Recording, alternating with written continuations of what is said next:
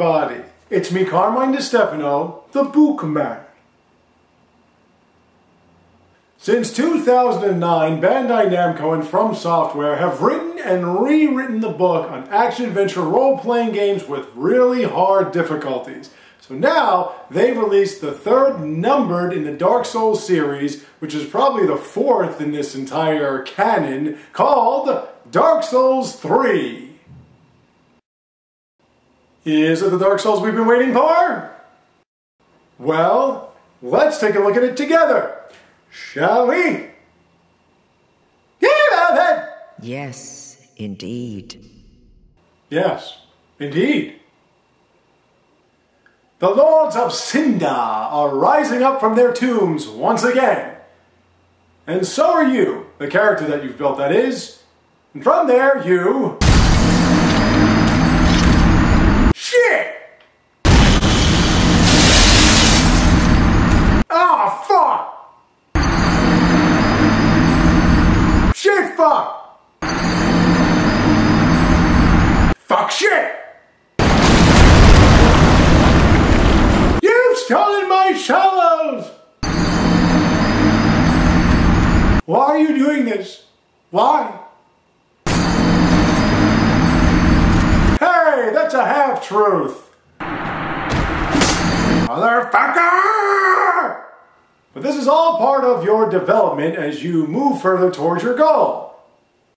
And that's pretty much it. So what do I think of this game? Which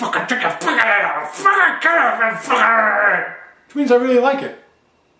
It brings back that foreboding, frightening, brooding atmosphere that was lost in the previous entry. This is really what Dark Souls was supposed to be, but it has a lot of Demon Souls elements. Like Bloodborne, it sort of harkens back to the original idea.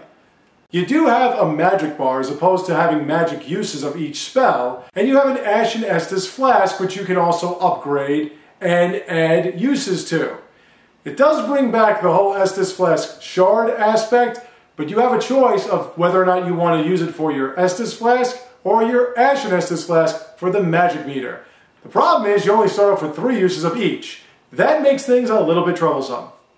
The combat style and the controls work well with the PS4. I don't know how they work with the Xbox One, but considering how Dark Souls has been playing on the Xbox One controller, I'm pretty sure it's going to be more or less solid, though not as free-moving as the PS4. The backdrops are amazing. The architecture of these buildings and ruins that you go into really are awe-inspiring. There are a couple of non-playable characters that I've run into so far, and one of them being Andrea Vestoris, but the other ones seem to have those personalities. I do wish they had the original voiceover actor of the original Crestfallen Knights, but I'm not going to get into that. The textures and the shadows and the puddle effects and the fire effects, everything looks beautiful. I haven't really gotten that deep into the game so far, and although it seems like you can piss through every one of these enemies real quickly, once you get to a specific enemy in specific spots, and not even the boss, but certain other enemies in specific spots, you'll notice that the challenge is really high. This is definitely, considering how many Dark Souls games I have played, and Bloodborne, and how many times I've played those games, this is definitely the hardest one I've played thus far. And it's not simply because of the boss fights or because of the layouts of the enemies, it's because of those individual enemies that can kick your fucking ass.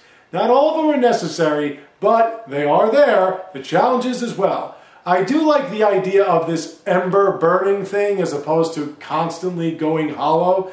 You do get half your health when you are dead, like in Dark Souls 2, more or less, whereas Dark Souls 2 you kind of slowly got to that point. In this one, if you die, you're at half health, and you have to reclaim Ember to get back to full health. Everything about it is exactly what you wanted from Dark Souls. You can tell that this is the original director. This is his work.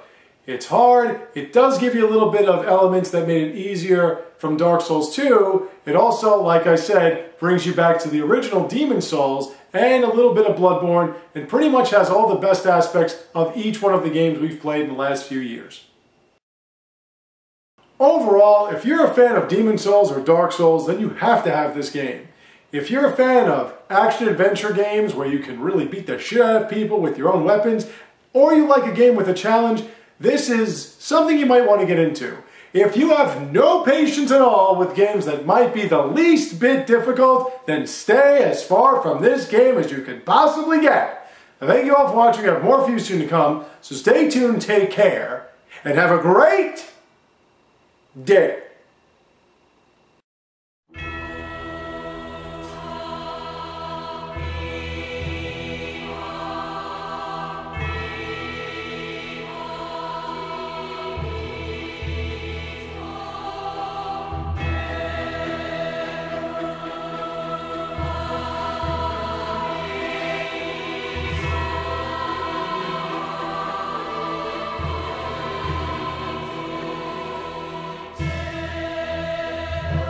Talking animals? Flying spacefaring fighter planes? What the hell is this world coming to?